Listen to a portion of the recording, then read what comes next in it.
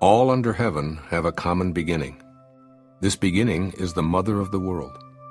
Having known the mother, we may proceed to know her children. Having known the children, we should go back and hold on to the mother. Keep your mouth shut, guard the senses, and life is ever full. Open your mouth, always be busy, and life is beyond hope. Seeing the small is called clarity. Keeping flexible is called strength. Using the shining radiance, you return again to the light and save yourself misfortune. This is called the practice of eternal light. Whoever is planted in the Tao will not be rooted up. Whoever embraces the Tao will not slip away. Generations honor generations endlessly. Cultivated in the self, virtue is realized. Cultivated in the family, virtue overflows. Cultivated in the community, virtue increases. Cultivated in the state, virtue abounds. The Tao is everywhere. It has become everything. To truly see it as it is. In a person, see it as a person. In a family, see it as a family. In a country, see it as a country. In the world, see it as the world. How do I know this is true? By looking inside myself. If I have even just a little sense I should walk in the Great Way, and my only fear would be straying. The Great Way is very smooth and straight, and yet the people prefer devious paths. That is why the court is corrupt, the fields lie in waste, the granaries are empty.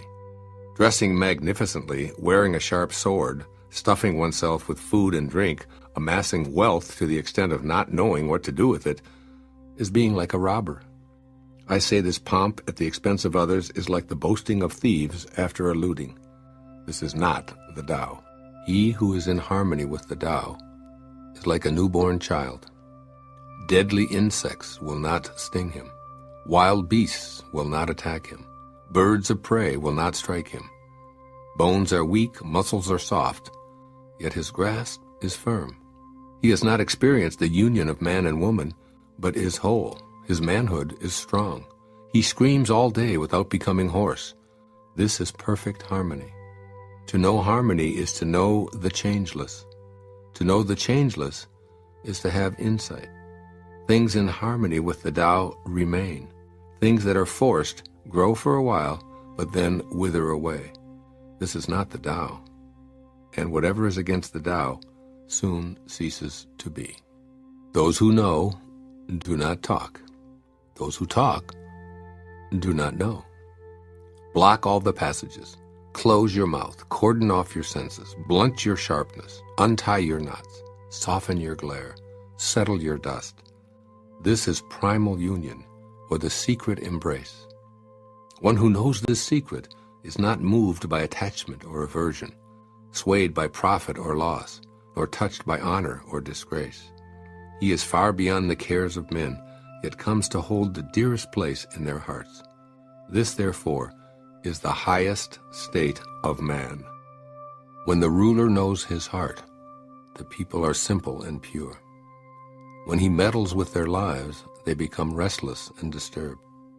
Bad fortune is what good fortune leans on. Good fortune is what bad fortune hides in. Who knows the ultimate end of this process? Is there no norm of right? Yet what is normal soon becomes abnormal. People's confusion is indeed long-standing.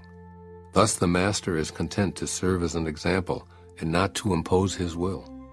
He is pointed, but does not pierce. He straightens, but does not disrupt. He illuminates, but does not dazzle. If you want to be a great leader, you must learn to follow the Tao. Stop trying to control. Let go of fixed plans and concepts, and the world will govern itself. How do I know this is so? Because in this world, the greater the restrictions and prohibitions, the more people are impoverished. The more advanced the weapons of state, the darker the nation. The more artful and crafty the plan, the stranger the outcome.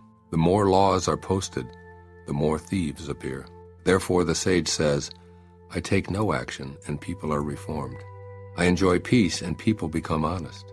I do nothing and people become rich.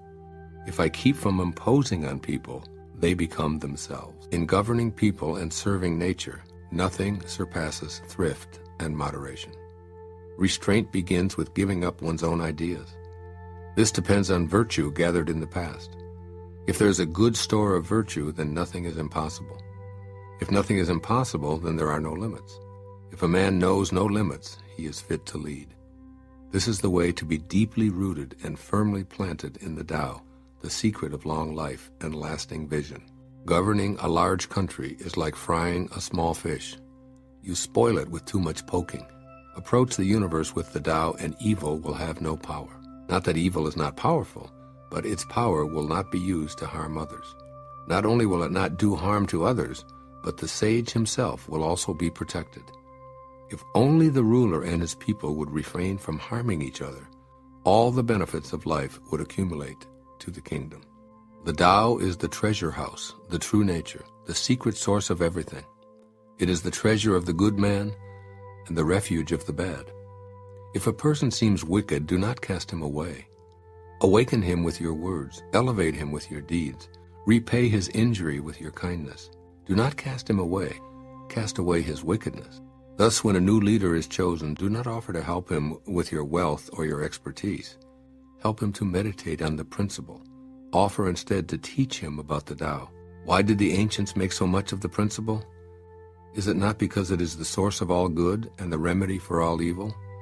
It is the most noble thing in the world.